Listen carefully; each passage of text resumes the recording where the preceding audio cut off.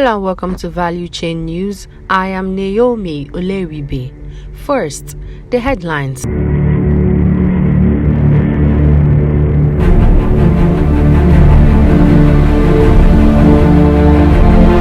PIA's fiscal clarity will boost investments in Nigeria's oil and gas sector, NNPC. Nigeria lost $4 billion to oil theft in 9 months, says Tony Elumelu. Host communities threaten to shut down NLNG Train 7 project.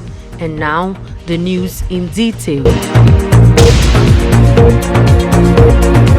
The Nigerian National Petroleum Company (NNPC) Limited has stated that the enactment of the Petroleum Industry Act will enable private investments in Nigeria's oil sector grow due to increased clarity in its fiscal framework. This was disclosed by the CEO of NNPC, Mele Kyari, in a meeting with the Nigerian Senate Committee on Upstream Petroleum. The PIA saw President Muhammadu Buhari order the incorporation of the Nigerian National Petroleum Company Limited in a bid to prepare the federal government for the Petroleum Industry Act. Kyari said that the passage of the Petroleum Industry Act would see increased investment as clarity of the new fiscal framework would enable partners and investors make important commercial decisions. Committee Chairman Senator Basse Aban praised the NNPC's efforts towards restructuring itself post-PIA into a proper corporation, adding that efforts by the committee have started bearing results.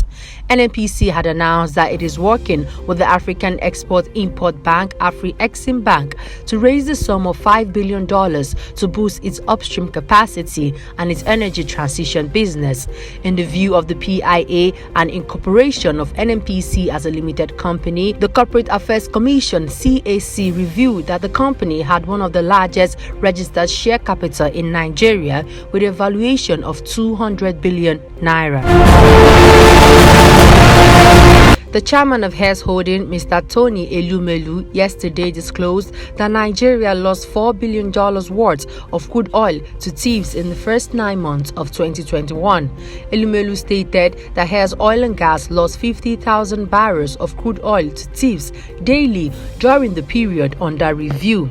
Elumelu, who disclosed this in a lecture he delivered to members of Course 30 of the National Defense College, themed Strategic Leadership, My Business Experience, described oil theft in the Niger Delta as a national challenge. According to him, we produce sometimes about 87,000 barrels per day. Thieves take 50,000 per day, and to me, this requires a national seminar or dialogue.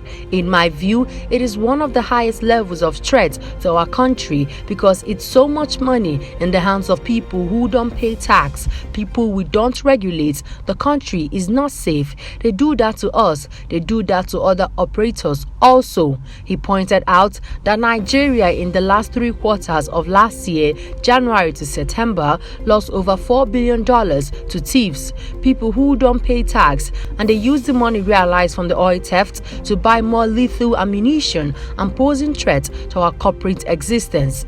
He explained that the activities of oil thieves require strategic leadership to deal with issues like this within the country, but the lesson is there is resilience in leadership. While warning that Nigeria could continue like this, he appealed to all and sundry to join the campaign against oil theft. The Orashi communities in Rivers State have threatened to shut down the Nigerian liquefied natural gas NLNG Train 7 project if the federal government and the participating companies fail to address their needs. The stakeholders under the aegis of the Ekpeye Oil and Gas Pipeline Host Communities (EOGPH) said they would move against all multinationals in their area if they refuse to address their challenges. Speaking in Ahoada yesterday, the group claimed that international oil companies IOCs operating in the community had impoverished them for too long.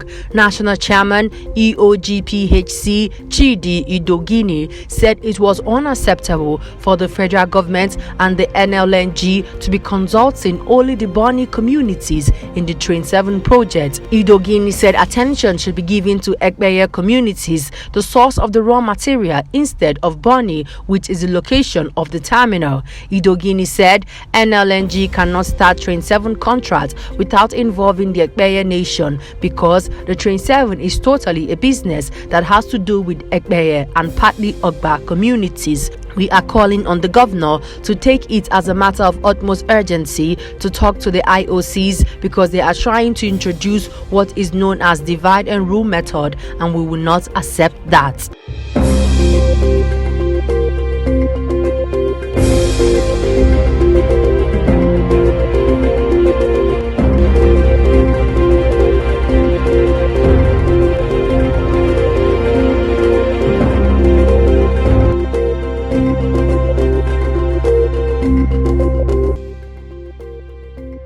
Uganda's journey to become a fully fledged oil exporter has reached a key milestone with an official ceremony in Kampala to mark the final investment (FID) on a project to develop oil fields in the Lake Albert Basin and link them to the Tanzanian port of Tanga via the world's longest electrically heated pipeline. Ugandan President Yoweri Museveni, his Tanzanian counterpart Samia Suluhu Hassan, Total Energies Chief Executive Patrick Pouyanné, and Chinese firm CNOOC's President Zhang Li were among those attending today's ceremony for the official launch of the 230,000 barrels per day Lake Albert development.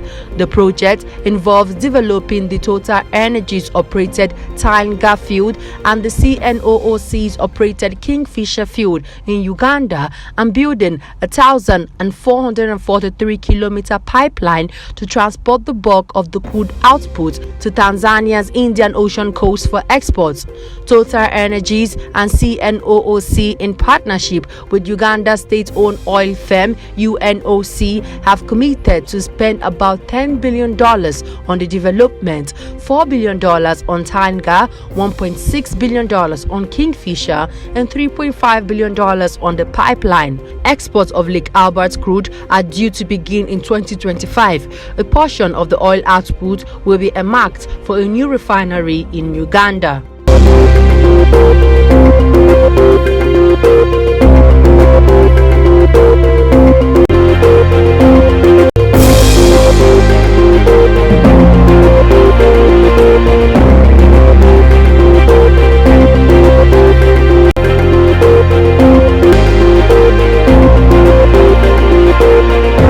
Britain said on Tuesday it had reached an agreement with carbon dioxide producer CF Industries to ensure a sustainable supply of the widely used gas whose production has been threatened by high global prices. The deal is the latest agreement struck between the government and the American company to ensure that industries such as meat production, where it is used to stun animals for slaughter and preserve the shelf life of meat, can keep functioning. CO2 is a byproduct of the fertilizer that is produced by CF Industries, which has 2 plants in northern England. The deal will enable CF Fertilizer's Birmingham plant to continue to operate while global prices remain high. It means key sectors, including food processing and nuclear power, are ensured supplies of CO2, the business department said in a statement, adding that in the longer term, the government would like to see the market take measures to improve resilience, and we are engaging on ways this could happen.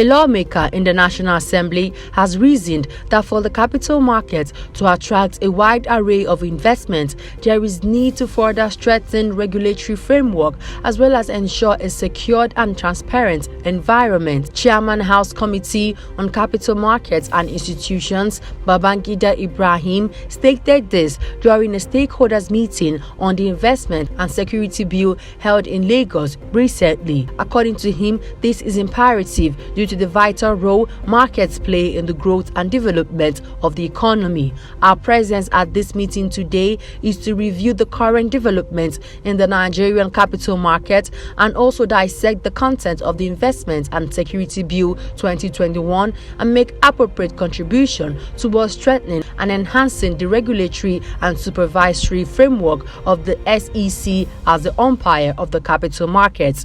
We, as stakeholders, must offer our valued ideas and bring in our expertise and professionalism to this piece of legislation. We should note that for this bill to pass through the legislative activities successfully in the National Assembly, it must be holistic, comprehensive, and have global flesh in international investments and securities, he added. He assured stakeholders of the National Assembly's support, especially in the areas of legislation to enable the Security and Exchange Commission (SEC) to actualize the vision of boosting investment and securities businesses in Nigeria.